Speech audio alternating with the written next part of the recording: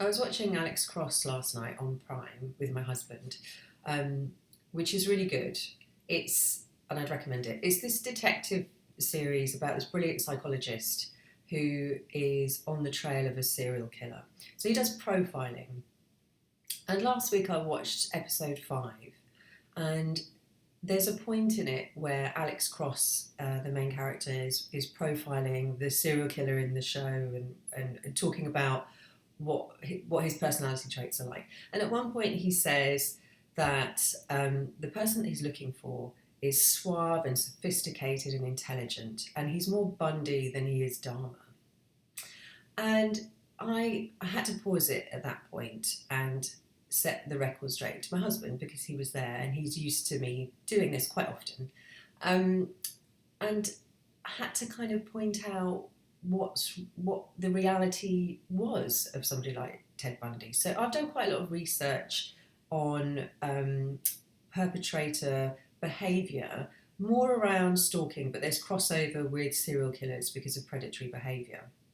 And I've looked into Bundy and I know a bit about him, not extensively, but I know enough to kind of give context. And it's important to note with him that the youngest victim that we know of was a 12-year-old girl, that she was essentially plucked off the street and abducted. He also, he was kind of most known in terms of his MO for breaking into women's homes in the middle of the night to get access to his victims.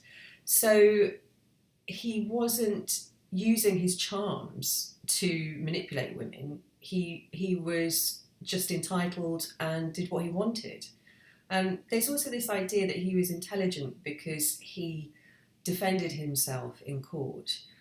He wasn't a qualified lawyer, and he really was just capable of being reasonably articulate and stringing a few sentences together. When the judge sentenced him, the judge said it was such a shame that he had chosen this path, essentially of being a serial killer, because he seemed like such a nice young man and quite intelligent. So that's kind of fed into it as well. You know, this idea that he is some sort of, or was some sort of suave, sophisticated, intelligent mastermind has kind of fed into the public psyche of what it means to be a prolific male offender.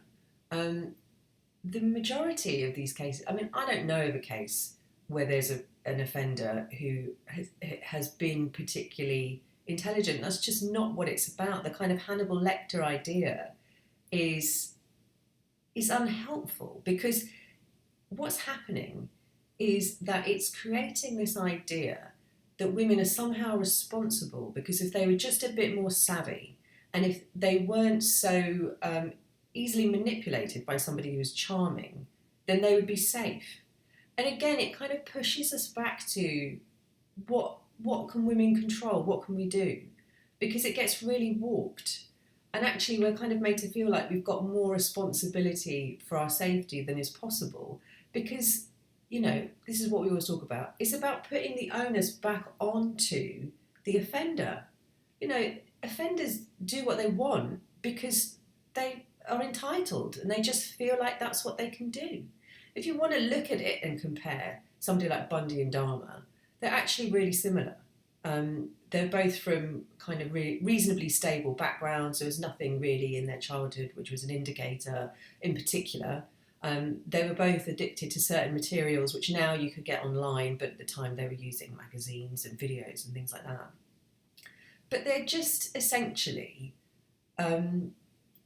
really kind of not very impressive people. And they're not people that have any particular power.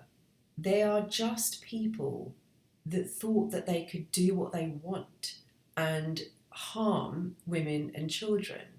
And I really think that it's important to bring it back to that, because if we're still kind of looking at this idea, even in something like modern, like a modern TV series like Alex Cross, that Ted Bundy was a sophisticated, suave, intelligent character, it's a disservice to his victims, and it's a disservice to women because there needs to be more of a collective societal awareness of holding men to account. And whilst that seemed like something small and trivial, all of this adds up, and that's why it's important, and that's why I pause TV shows all the time to point things out to my husband, because it's important to set the record straight and to be clear about actually what we're talking about.